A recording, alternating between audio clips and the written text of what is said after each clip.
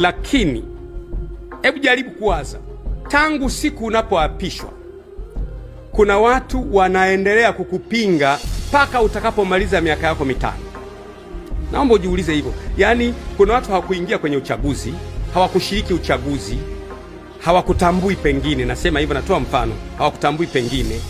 Sasa wanaanza kukupinga tangu siku unapoapishwa mpaka siku utakapotoka miaka mitano. Maendeleo yenyewe utayaletaje? Utapata crisis na international community, na ndani ya nchi utapata matatizo. Tutashindwa kwenda kwa kasi kwa maendeleo yetu kama tunavyotakiwa, na itakuwa si vizuri.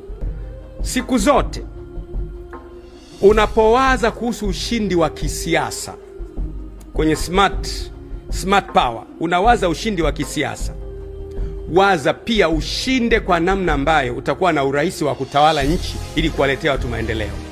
Usiwaze kushinda tu, alafu baada ya kushinda hauwazi kuhusu nchi itakuwaje, watu watakuwa wamegawanyika. Polisi hawa vyombo vya dola hivi, nataka kuambia vyombo vya dola tena, tukiingia kwenye uchaguzi tukafanya wakati wengine hawamo, ninyi tena vyombo vya dola tena mtapata kazi tena, sio sisi wanasiasa. Mtapata kazi kukimbizana na watu. Leo wameandamana huku umewapiga, kesho wameandamana umewapiga, mtakuwa hamlali tena. Hasa kwa nini vyombo vya dola viache kulala? Kwa nini vyombo vya dola viwe na kazi ya miaka mitano ya kukimbizana na watu ambao hawakuingia kwenye uchaguzi kwa sababu ya reform chache ambazo tungezifanya?